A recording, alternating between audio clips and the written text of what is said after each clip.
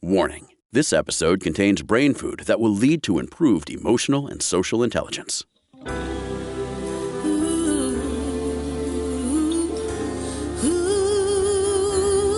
Give us 1 hour and we'll help you change the way you think about happiness. Harvesting Happiness with Lisa Cypers Kamen is fresh, optimistic, and purpose-driven media that promotes well-being from the inside out. Each week, Lisa spotlights diverse trendsetters and change agents who are the greatest contemporary thinkers and doers, devoting their lives to creating a better world in which to live. Your host, Lisa Cypers Kamen, is a widely recognized applied positive psychology expert, author, documentary filmmaker, and lecturer specializing in optimal lifestyle management. Let's get to it. Here's Lisa. Good morning, good afternoon, and good evening, wherever you are. Thanks for joining us on today's show, where you will learn how to embrace dissonance and fear to find peace and fulfillment. Let's get to it with my first guest, Panache Desai. He is a best-selling author, thought leader, and life catalyst whose loving, compassionate presence and unique power of insight have transformed countless individuals, organizations, and companies. Through energetic transformation, Panache helps people break free from suffering and limitation on every level, fostering a deeper understanding of who they are and guiding them into greater states of connection, collaboration, and love. The book we're speaking about today is You Are Enough, revealing the soul to discover your power, potential, and possibility. Panache, welcome to the show. Thanks for joining us today. No, it's great to be with you, and my love to everyone that's tuning in. Yes, love, love, love. We need a lot of love right now. The world is most definitely inside out and upside down, and I think love is the secret sauce here. I couldn't agree more. Yeah, the more we're able to connect with that love inside of us and kind of hold that inside of us, the more powerfully we're able to move through this time. I agree. Let's talk a little bit about people that might be eye-rolling when we say this, when you and I speak of love in this way, because the love that we're talking about is not a romantic love. It is a love for humanity, a love for the planet, a love for the universe, a love for one another that is on a higher, deeper level. Exactly. And I think that also when we speak in terms of love, we're talking in terms of a feeling state that we can keep inside of us that shifts our neurology, which in turn shifts our biology and shifts our experience of our reality. And science is now beginning to prove that every single aspect of who we are is up for redesign, for redefinition. And the dominant feeling that we hold in our experience determines actually the experience we're having itself. And so when we speak of love, we're talking about a radical and complete acceptance of who you are that allows you to be with yourself. And in that being with yourself, naturally, love is the end result of that. And when we talk about what's going on around the world, and there are people out there who will say, Panache, it's hard for me to be loving when, I'm financially in peril, when I don't have a job, when it's hard for me to put food on the table. And yes, these are real world challenges, but that does not mean that we cannot approach life and one another from that loving, more higher plane. When this pandemic was first announced by the World Health Organization, I pivoted out of being on a book tour. Literally, the book became a national bestseller. And then the following week, I was about to head off for the second leg of the tour. It was like a 22-city tour in its entirety. And I knew that the most immediate pressing need was to return to calm. Because when we're in calm, we're not in survival, we're not in fight or flight, and we're able to respond to what's happening instead of perpetually just reacting. Also, what we're discovering now, and this has been medically proven, is that the more we're able to remain calm and out of survival, the more we boost or up-level our immunity and the more empowered we are to navigate our way through this challenging scenario. And so there's a great power to returning to the wisdom of ancient wisdom traditions, what our ancestors knew and what they understood and what they lived from and by. And really, this is just a return to nature. People have this tendency to make these things special. They're not. When we're naturally being who we are, we're being loving. When we're operating through the lens of who we authentically are, we're expressing that love in the world. It's only when we're showing up as some conditioned version of ourselves or some programmed or brainwashed version of ourselves, that we're showing up as this fear-based version, thereby needing an identity to protect and defend the powerless aspects of ourselves. But if we're just able to remain calm, to remain peaceful, to remain centered, then what we'll discover is that the next best peaceful step arises from that state of being, because everything is incumbent upon our inner state of being. And at that point, whatever you're going through, whether it be a financial issue, whether it be, all of a sudden being at home with a spouse, whether it be marital issues, and now all of a sudden you're quarantining with each other, whether it be parenting, whatever that is, when you can do it from a place of peace, you're doing it from a place of empowerment.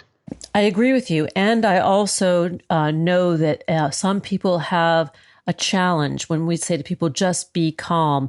And they say, how can I be calm when I'm having a freak out? And when we get into that state of agitation, we are out of the thinking part of the brain, right? We've got this amygdala hijacking, right? As Daniel Goleman calls it, where we're no longer in command of our dashboard. So that remaining calm that you describe keeps us grounded and also keeps us having agency over what's going on within ourselves. Absolutely. I make it a point every day to love my amygdala. Jill Barty Taylor is a good friend of mine, and she wrote A Stroke of Insight. And when we get on the phone with each other, our greeting to each other is, I love your amygdala. My amygdala loves you. And so I have a deep sense of appreciation for the amygdala and its purpose in life. But we're not in a room with a pterodactyl. We're not about to be eaten by a saber-toothed tiger. We're dealing with the reality of a virus. And I understand the uncertainty, and I understand that evokes a certain survival-based response inside of us. But when we're able to just advocate on behalf of certain practices that allow us to make sure that we're following basic protocols like washing our hands, using hand sanitizer, limiting our exposure to the outside world, to essential kind of shopping trips, or just getting that exercise that we need, or that vitamin D. We're basically advocating on behalf of the highest outcome that we can have in this moment. I think the biggest issue has been the loss of control that people have felt. Yes. And that loss of control has agitated everything inside of them that they need to have control over, like their anger, like their rage, like their depression and their anxiety. And the reason why these are so pronounced in people is because we've been fundamentally taught to reject these aspects of ourselves. And for me, if transformation is anything at all, it's actually loving these aspects of ourselves. It's embracing them. It's realizing that just because we have them, we're not broken. We're just human. And it's okay to have all of these feelings. We don't need to act them out. It's okay to relax in the presence of them, to welcome them. And in the welcoming them and in having this kind of inclusive model of who we are at the emotional level, we're able to return to peace. We're able to return to calm. I like what you just said, and it reminds me of the run on toilet paper. That everybody is out buying toilet paper and paper towels because they feel like it gives them some sense of control over the uncontrollable. They can't control the virus, but they sure can control their paper, or think exactly. They can. No, it's exactly right. And then this is why I love the Italians, because they've got bidets. And so it doesn't matter. Exactly. I mean, thanks to the innovation and the ways in which we've been, evolving as a species, we've figured out the solution for pretty much everything. And so, that run on toilet paper was a pretty interesting phenomenon, because the toilet paper has now been elevated to one of the most precious commodities on planet Earth. And it's something that we wouldn't ordinarily even think of.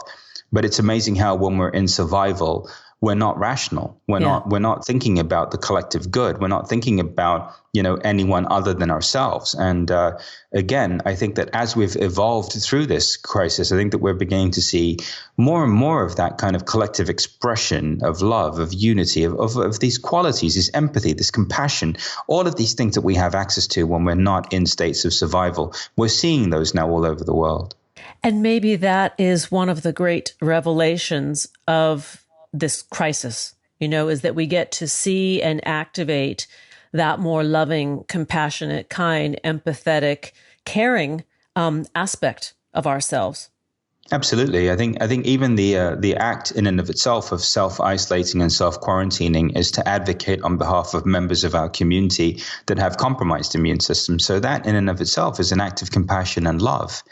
We're not necessarily doing it for ourselves because we have the ability to get through this, right? We've got an immune system that's capable of pretty much navigating any scenario that's thrown at it. Even an unknown novel virus, we still have a certain level of immunity around that.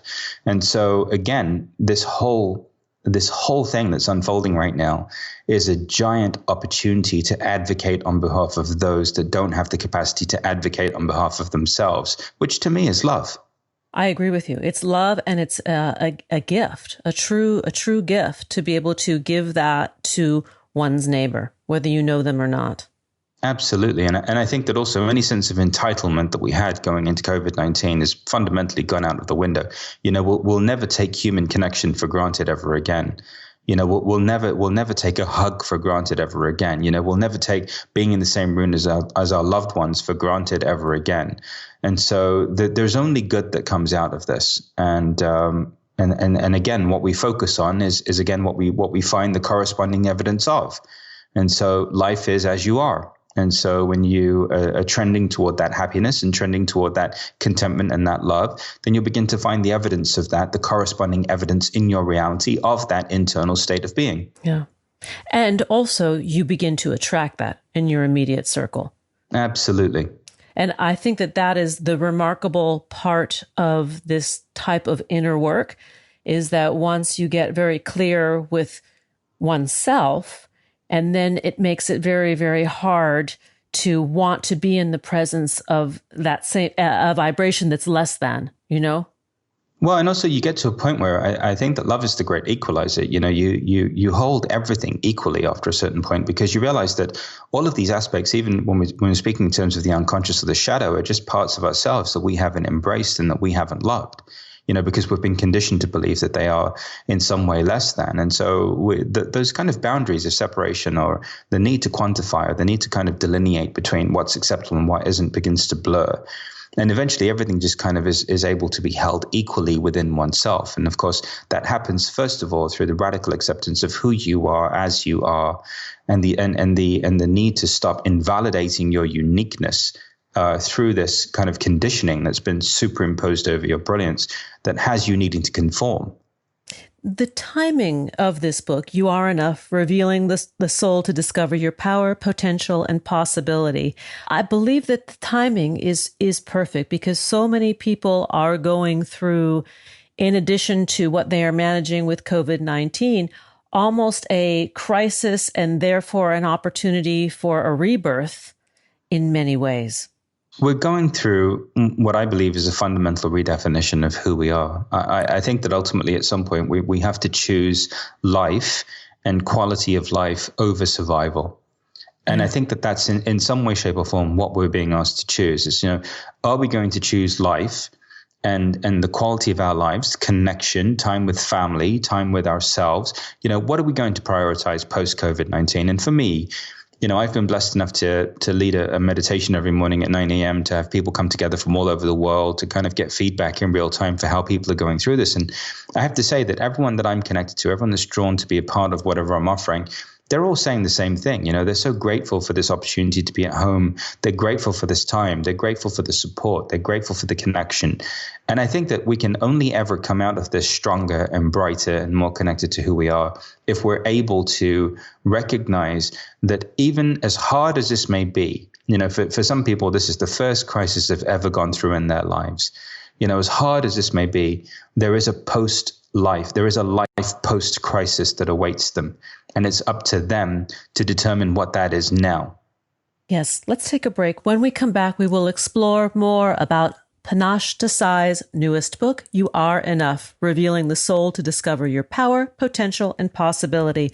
To learn more, please visit www.panachedesai.com, on Twitter at Panache Desai, and on Facebook, that page is Panache Desai fan page, and on Instagram, Panache Desai. Here comes the break. We'll be right back, and that is a promise. Before we pause, I want to celebrate the new year and new beginnings. If you're anything like me, you couldn't wait for 2020 to be over. It felt like the year that would never end. Welcome 2021. I'm super excited about and hopeful for the year ahead.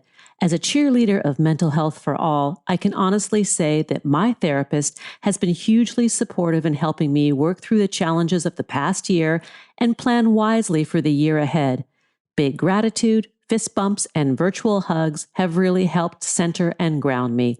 Taking care of our mental health should not be a luxury, but a self-care necessity, and that's why I'm proud to be partnered with Talkspace Online Therapy. Therapy can really help shift your perspective, teach new tools to cope in difficult times, and be a guiding light in the stormy seas of life.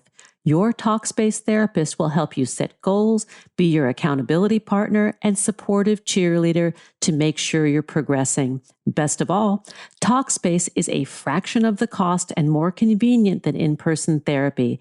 Instead of waiting for your appointment time to share, you can send and receive unlimited messages to and from your therapist 24/7, 5 days a week. It's like having your own on-call mental health angel.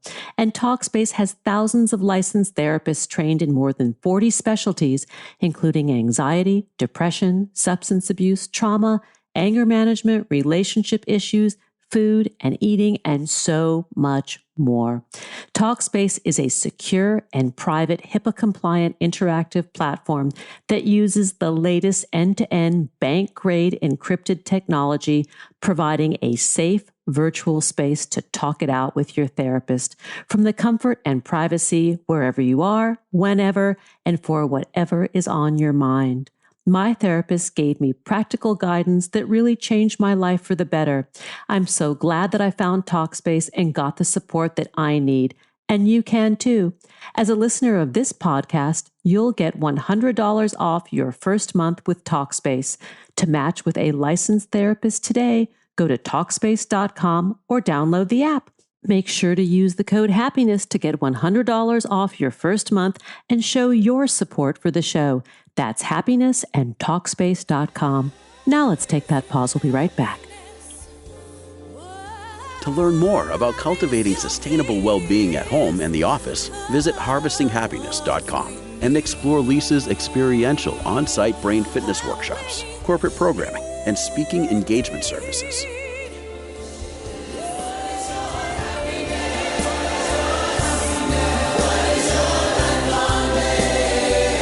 Welcome back. Before we rejoin today's conversation, let's talk about the most important ingredients for running a successful business: great people and great results. If you're a boss like me and in charge of hiring for your company and using anything other than Indeed for your hiring needs, you're simply wasting your time. Indeed.com is the #1 hiring site in the world and will help you find the high-impact hire you need, just like they have for over 3 million businesses. And Indeed will help you find quality candidates instantly with Indeed's Instant Match.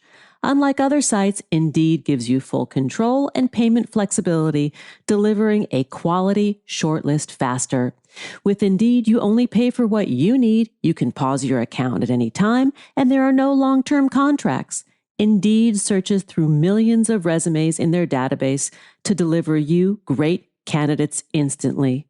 With Instant Match, you see a list of great candidates with zero wait. Who doesn't love instant service and instant gratification?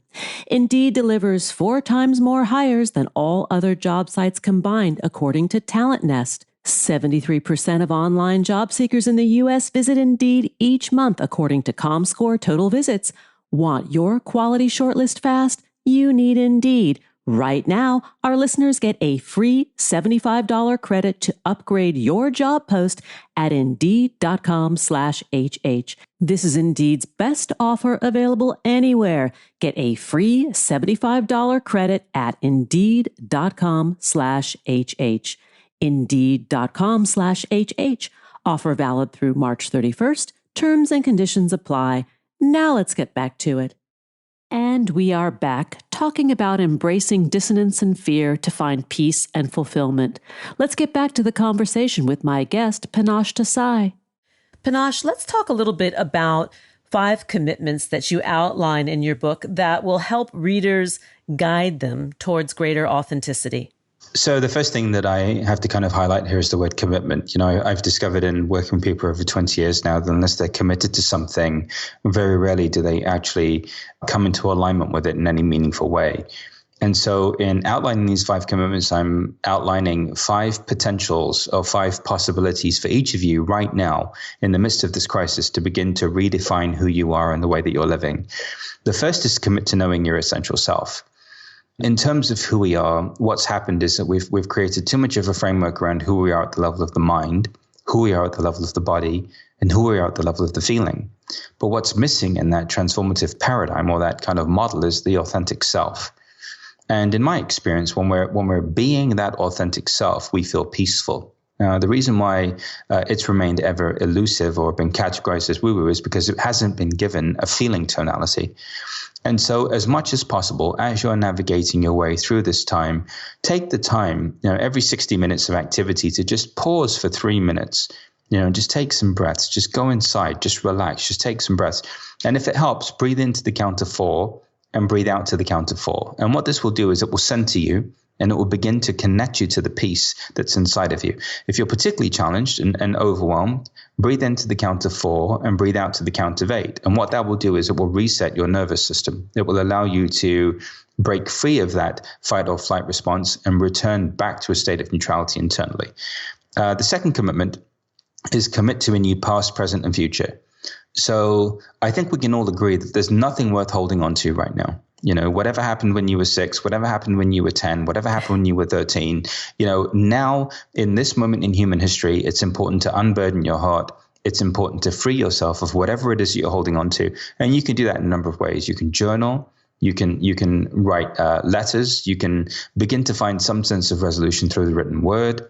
You can also use the power of your imagination to visualize in front of you whoever the individual is that you have an issue with and embrace them. Allow yourself to be free of whatever you have inside of you around that. And most importantly of all, recognize that we're not letting somebody off the hook. We're not condoning what happened. We're just unburdening ourselves. And so this is an incredible opportunity to unburden yourself of the emotional load that you're carrying inside of you in relationship to the past. Why this is important too is that memory requires heightened emotion. So as I'm speaking to you now, the majority of you are relating to yourselves through the lens of the past. You're literally relating to yourself as the memory of yourself. And so in doing these exercises and bringing the past into harmony and reconciling the past, we're able to have a present moment relationship with ourselves. The third commitment is commit to inner peace. It's my favorite. Peace exists at a premium. It's the only real commodity that there is, right? The two real commodities are time and peace. Basically, everything else can come and go and fluctuate. But the more we're able to commit to inner peace, that which we look for, we will find. That which we embody, we are, right? That's what we experience. And so when we build our life on a platform of peace and source every choice and decision from that place of peace, we're literally connecting with authentic power.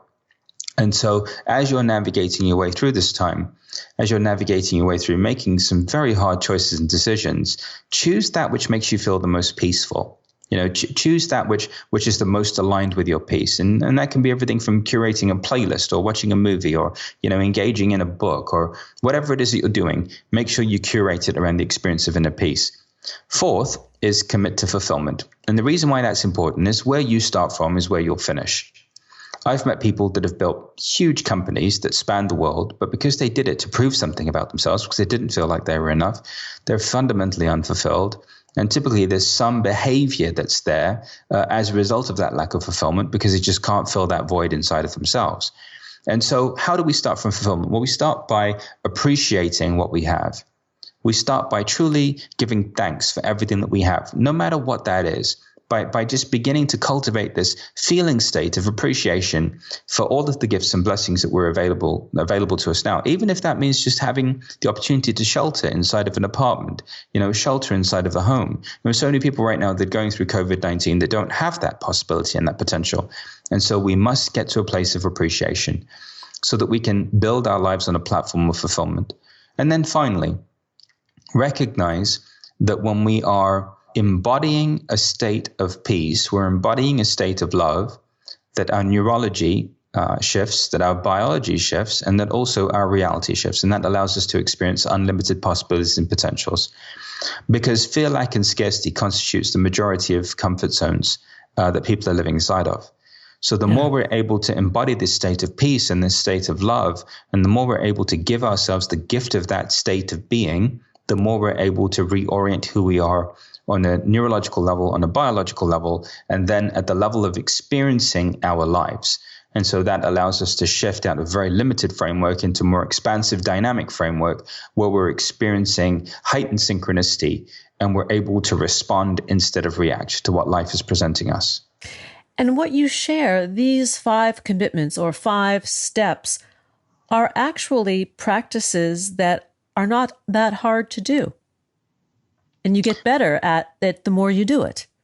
Well, they're practices that are innately natural to us. And so, again, all I'm doing is pointing us away back from who we've been conditioned to become, back to who we naturally are. You know, all of these states are really natural states of being.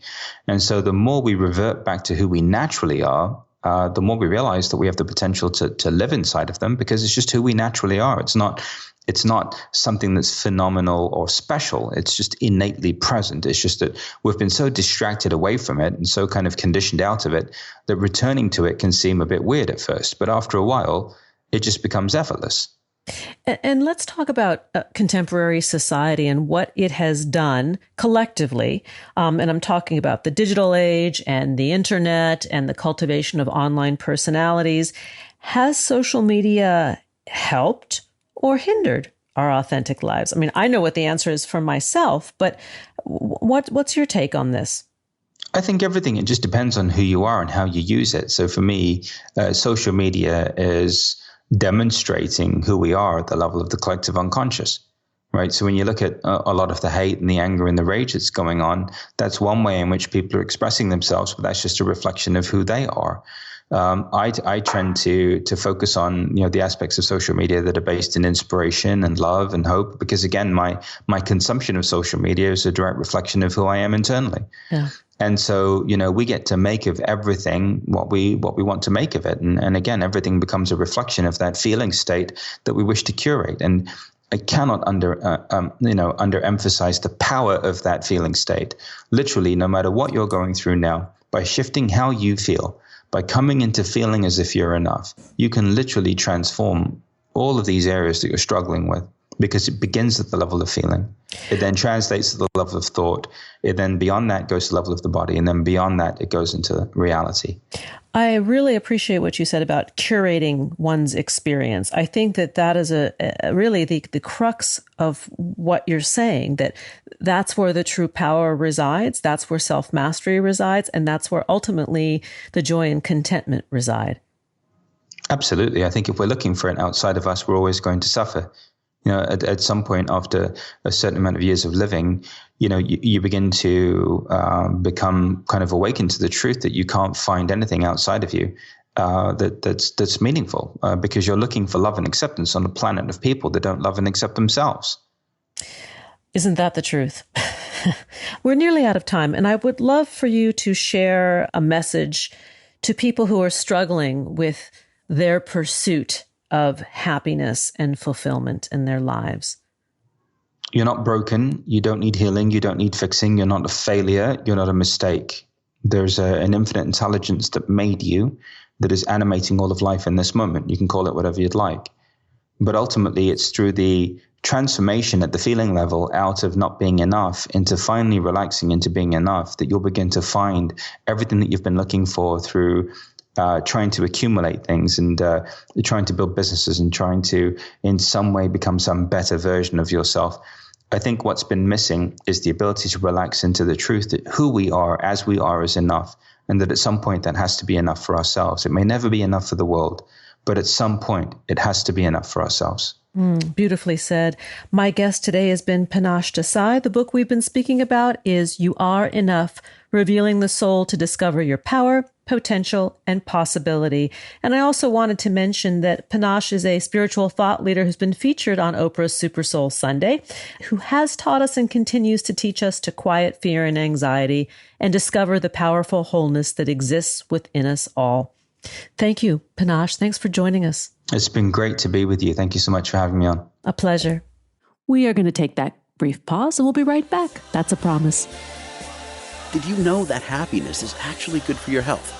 Happy people live longer, are more productive, and make better partners, parents, and professionals. Connect with us on Facebook at Harvesting Happiness and follow Lisa on Twitter at Lisa Kamen for a daily dose of inspiration.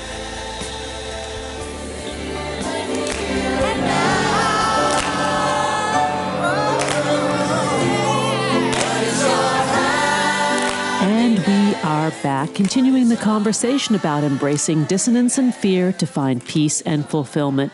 I'm super excited to introduce my next guest, Humble the Poet. Also known as Kanwer Singh, he's a rapper, spoken word artist, poet, international best-selling author, and former elementary school teacher. His first book, Unlearn, was a Globe and Mail bestseller, and the Globe and Mail is in Toronto, if those of you listening are wanting to know. He has performed at concerts and festivals, including Lollapalooza, and has been featured in major media, including BuzzFeed, The Huffington Post, The Breakfast Club, and on and on. He splits his time between Toronto and Los Angeles, and he's here today to talk about his newest book, Things No One Else Can Teach Us. Humble, thanks for joining us on today's show. Thank you so much for having me. Well, it is a pleasure. I am a fan of your work. I have, as I was telling you prior to us starting this chat, I have actually read your work aloud to students of mine in yoga practice, to clients of mine in my counseling practice. And I find your words of wisdom inspirational, humorous, and just spot on. Let's talk about your newest book, Things No One Else Can Teach Us, and the impermanence of all things. Yes. So it's pretty much realizing just in my own journey that, it was our darkest times, our most challenging times that presented, the most gifts. But it wasn't, crystal clear to me throughout my life that this was the case. For a long time when I encountered anything negative, I chalked it up to being something negative and took no value from it. And the idea of Things No One Else Can Teach Us is that once we open our sails, we can really capture winds of wisdom, and we have the power to turn any situation into something wonderful, or gain some insight from it and create or discover a silver lining. And that usually just requires us to change our perspective, change our attitude, or remember that we're always in control of our efforts. I like that. Always in control of our efforts, but not in control of the outcome.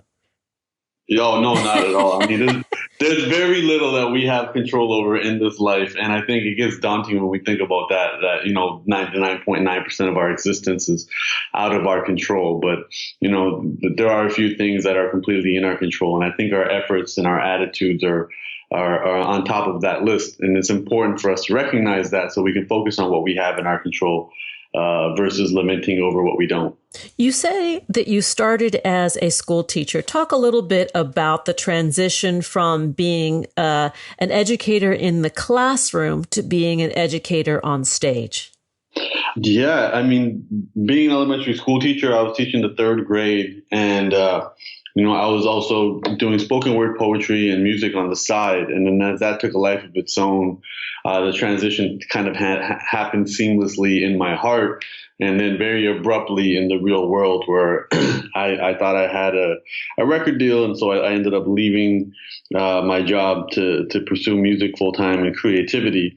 And that's starting the journey of Humble the Poet. But what I realized was everything that I had done leading up to these moments is what prepared me. So, real education is not filling up somebody's head with knowledge like a bucket. Real education is lighting a fire within them and helping to fan that flame and keeping them engaged. And for me, the formal education system, was filling up heads with buckets and then, assessing them and giving them standardized tests. And I think for me, the goal was to really keep my flame burning while spreading it to others, and finding that through my writing, my creativity, and my other artistic endeavors. So when you started as a rapper, let's go to that part of your life. You experienced some challenges. You nearly went broke. You became the victim of racial prejudice. And I want to understand from your side, from your experience, what that was like and how you shapeshifted those perceived negative experiences into the positive? Yeah, I mean, so being in the school system as a student and then working in it as a teacher, it's a very safe environment to be in, especially in comparison to the entertainment industry and the music industry specifically. For the first time, those who recognized my talents weren't looking to help me; they were looking to exploit me, and that was something I wasn't aware of. So I went through a lot of betrayal. I had a lot of ended up getting involved in a lot of bad business dealings without knowing it. I was very green and I was taken advantage of a lot. I also encountered some violence, a lot of issues regarding race and dealing with episodes of racism and nothing, just on a more extreme level than what I did growing up. And I think what I realized after, some time had gone by was this is what was helping to build a resilience in me. This is what was helping to shift my mindset to realize that, hey, I can't depend on my comfort zones. I can't depend on a safe space for me to thrive. Running out of money, going broke, having to move home, realizing that, hey, my ego was holding the steering wheel for too long and it was about to take me into a tree. And really having to spend the time to just sit there and think and process a lot of the challenges that I went through, and realizing that, hey, these can really all be chalked up to tuition in the school of life, no matter how expensive the lesson was. And then meeting other people on their own journeys and starting to see the parallels. Like, you meet any entrepreneur, any artist, any person over 30, and they're going to have similar stories of heartbreak and financial struggles, health struggles, losing friends, losing family. It's part of the human experience. And my goal became to find a way to be grateful that it happened, because I learned and I grew from it. And, going back to the book, that is what the contents of Things No One Else Can Teach Us is. It's those stories and me kind of walking through the transition of my attitudes and perspectives to find a value in them. And what I hear you saying, and I also agree with, is that no matter what a parent or a mentor might tell us, you should do this or you should do that we will learn as a result of falling down more quickly, perhaps, than we will from our successes. Completely. I think it's Bill Gates that says success is a lousy teacher. Failure is teaching us what not to do. And, our entire lives are trial and error. Our entire history as a species has been trial and error. And, we have to stop looking at the error side of this as, a complete failure or doomsday. And I started realizing that, and that emboldened me to take more risks, to face more fears, to have more of an open mind and an open heart towards situations that I would have normally not done so. And, I feel like as a person, I've grown exponentially because of it. And now I'm excited to tackle new challenges as they come. In Things No One Else Can Teach Us, you write, we all have the unlimited power to shift our perspective. And with that, the unlimited power to change the way we feel about life. And that is your message. Completely. That's the message that I remind myself of every day when I get great news, bad news, and everything in between. And it's focus on what's in our control. And I'm not promising anybody a life of eternal bliss. I'm promising people a firmer grip on the steering wheel, a little less anxiety, a little bit more composure towards how they can deal with these challenges that they're currently going through in life, and the attitude that they can have approaching new challenges. Because the truth is, we can spend our entire lives avoiding unpleasant situations, but they're going to find us. So our better strategy is to lean into them and seek them out. When we seek out discomfort, when we seek out new experiences, when we seek out challenges, that will help us develop, even on a scientific level, that helps us develop the proteins that will shift us and evolve us as human beings, versus us constantly trying to avoid them and then having to deal with them when they catch up with us. I like what you referred to the ego having the steering wheel, or the grip, the grip of the steering wheel being through the muscle of the ego, and the need to get that ego in check, which I think all of us hopefully do at some point in our lives. Some of us do it later than others. Some of us do it earlier than others. There are generations that separate you and I, and yet the story, the thread line, runs through life, that, that what we resist persists, firstly, right? Yeah. And then this concept of the minimization of the ego in order to better embrace the story of what's happening. Completely, and I think a lot of it in my heritage and Sikh heritage, they say the door to salvation is the size of a mustard seed, but your ego is the size of an elephant. You have to kind of check your ego at the door if you want to walk through to the next level. And I'm not sure if we can completely absolve ourselves of our egos, but I think recognizing how our ego plays a part. And not simply being, a complete enemy to our existence, but, definitely something that can hold us back and reduce the progress that we want to see in our own lives. And for me, having to have those honest conversations and saying, like, am I doing this to feed my stomach, or am I doing this to feed my ego? Am I doing this to make up for something that happened to me in the past, or am I doing this because this is what's necessary to build my future? And these important questions, just repeatedly asking them, has really helped me a lot in making some of the right decisions to create the life that I want under the conditions that I want to make them happen.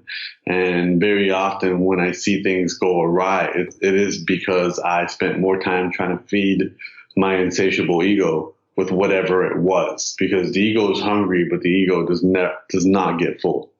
Oh, that's true. We're bowls with holes, us and our egos. Yes. We're gonna take a break, and when we come back, I want to return to our conversation through the lens of story and ask that you share one or two of your stories from the book, Things No One Else Can Teach Us. I'm speaking with Humble the Poet, also known as, or the other way around, Kanwer Singh, also known as Humble the Poet, about his work, his books, Things No One Else Can Teach Us, and Unlearn, 101 Simple Truths for a Better Life. To learn more and to connect with Humble the Poet, please do so at his website, humblethepoet.com, on Twitter at Humble the Poet, Facebook Humble the Poet, and Instagram Humble the Poet. All right, we're going to take the break, and we'll be back with more stories. Here comes that break. Who says money can't buy happiness? Whether you are a skeptic or seeker, check out Lisa's new book. Are we happy yet? 8 Keys to Unlocking a Joyful Life, a boot camp manual for greater emotional fitness, is available at Barnes & Noble, Amazon, IndieBound, and HarvestingHappiness.com. Here's a truth bomb. Emotions are contagious, and happiness is a universally desired state. But we tend to forget that we all have the freedom to be happy or the liberty to be miserable each day, regardless of external circumstances. Explore the journey of human happiness, how to find it and keep it, with Lisa's documentary film, H Factor. Where is your heart? Visit HarvestingHappiness.com to learn more.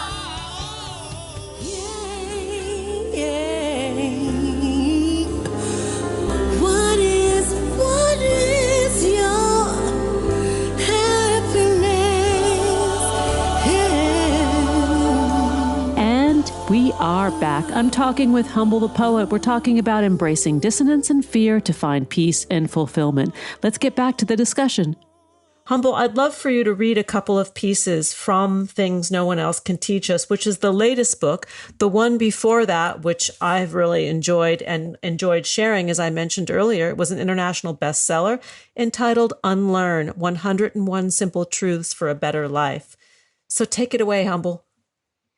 Okay, so the book is broken up into 7 sections, and one of the sections, and each section is kind of based around a tool that I believe will help people make those perspective shifts. And one of the sections is called Don't Focus on the Pot of Gold, Enjoy the Rainbow. And I open each section with a poem, and I close each section with a poem showing the evolution of our perspectives. So the first poems are generally a little bit more on the I guess you want to say on the unpleasant side, or kind of, lamenting a little bit more versus celebratory. So we kind of enter with that mindset. And then as you go through the section and kind of acquire the tools and hear the stories and connect them back to your own stories, then we end it with a poem that's much more optimistic, even though we stay on the exact same subject. So for this subject is we're focusing on the pot, not focusing on the pot of gold, and instead enjoying the rainbow. So the enter poem is a little bit longer, and it starts like this. Only one more fight and we'll get there. Only one more kiss and we'll get there. Only one more breath and we'll get there. Only one more step and we'll get there. A world with no want, no problem, no bullshit, no more tight muscles and knots in the heart. No more deep sighs and temple rubs. No more long brokens and short fixes. Only one more. Day of struggle and my chest can poke out again. Like on that jungle gym, skipping monkey bars, earning scars. Only one more W and I can afford the W. Earn their silence, their hate is violence. The milestones are farther than a mile. Good news tonight is forgotten by tomorrow. But only one more. Promise that one more will be enough. If this don't work out, only one more fail and I'm letting go. Too many maybe next times. Maybe next time should be the last. Only one more. And as you read through the section, I have different stories really dealing with my struggle with focusing much more on the journey than the destination. And then I want to share the exit poem, which is, where I'm at now with my shift in perspective. We're not lost if I'm lost with you. Paths crossed, eyes locked, and I saw you. Everything between now and forever. When I'm with you, it's now, forever. I don't care where we're going if I'm going with you. So many hard rights and sharp lefts. We've done quite a dance. And I don't know when our song will end, or if someone else cuts in. I'd rather own today than borrow tomorrow. Finish line when we finish time. Not a second before or after. It's beautiful. Really beautiful. And, the work, what you create is ageless. It's timeless, no matter how old you are, what your struggle is, one can resonate with the work, with the stories that you have to share. Talk a little bit about knowing yourself makes all the difference. How has Humble come to know himself? I think for all of us, when we adjust our gaze, instead of looking around us, we start to look within ourselves.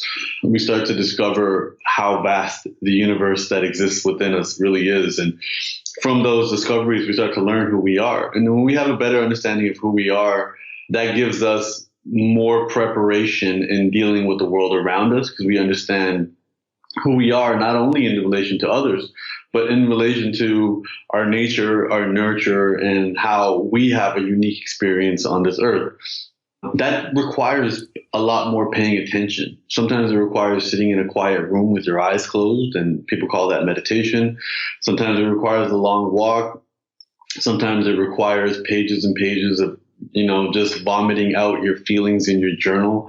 Whatever it is, it's an exploratory journey of figuring out who you are to best understand how that relates to the world around you, and also how that relates to your relationship with yourself. Because when we have a healthier relationship with ourselves, that sets the tone for us to have a healthier relationship with the rest of the world.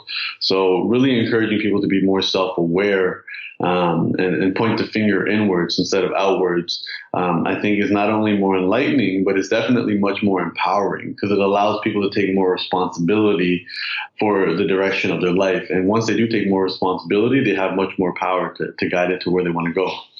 Talk a little bit about service, and the role it plays in self-discovery, not just of, showing up and doing something for someone else. During my lowest moments as an artist, financially, spiritually, mentally, physically, I was living in poverty, and I couldn't focus on anything else but myself. Trying to keep my lips above water, and I wasn't able to foster any healthy relationships. I wasn't able to take care of myself properly. I wasn't able to eat properly, and once I kind of got out of, I made a lot of promises to myself as to what it was going to feel like if I hit a certain milestone financially, if I got a certain amount of followers, if I became quote unquote successful. I'm fortunate enough to have crossed many of those milestones, but I was completely wrong in terms of how it was going to make me feel. I thought being out of debt was going to be the most liberating feeling in the world. And it was for about 5 hours. And then you're like, what's next? And I started to pick up on this pattern that nothing that I want, even though I can make it happen, and I have repeatedly, manifested these things, I've always been incorrect as to how they're going to make me feel. I've been able to visualize and materialize, but I haven't been able to successfully emotionalize the things that I was getting in my life until I started focusing on service and adding value to other people's lives. And that was the first time the things that I did felt better than I thought they would. Whether it was helping people that I care about to meet their heroes or putting people in a position to become more self-empowered for themselves. Not only was I adding value to other people's lives and being of value in general to this existence, it felt great and invigorating, and it felt sustainable. I no longer felt like I was just climbing a mountain that didn't have a peak. I felt like I can always devote more and more energy towards helping people, and it always feels better than I think. And it also helped me realize that many of us are chasing this need of significance, and we're chasing it in so many different ways, whether we're trying to count likes on social media, whether we're looking at our bank account, whether we're trying to figure out, how many lovers we can acquire. We're chasing this level of significance to feed that insatiable ego, and then realizing that, hey, we can really scratch that itch of feeling like we matter and have purpose by adding value to the lives of other people. And that's a healthy, sustainable way of doing so. And service can be approached from helping those in need, but to also add value to those who have to discover things. So, even being an entrepreneur, I focus on solving problems for people. I focus on adding value to the world. And I see the relationship, how that becomes a sustainable model. So I think service is one of the most important things we can do, especially when we're in a position to do so. And it's a sustainable driver to keep us getting out of bed in the morning. I agree. And you write about knowing your why makes your how easier. And I like the way you phrase that, to know the why. Yeah, completely. I think it's, again, we're all on this journey. And there's always people putting this stuff into words. And I think for me, a long time, it was, I'm on the tipping edge of being a millennial. And, the one thing with millennials is there's a lot of entitlement towards how life should be. And one of them is that everyone demands to be able to make a living off their passions.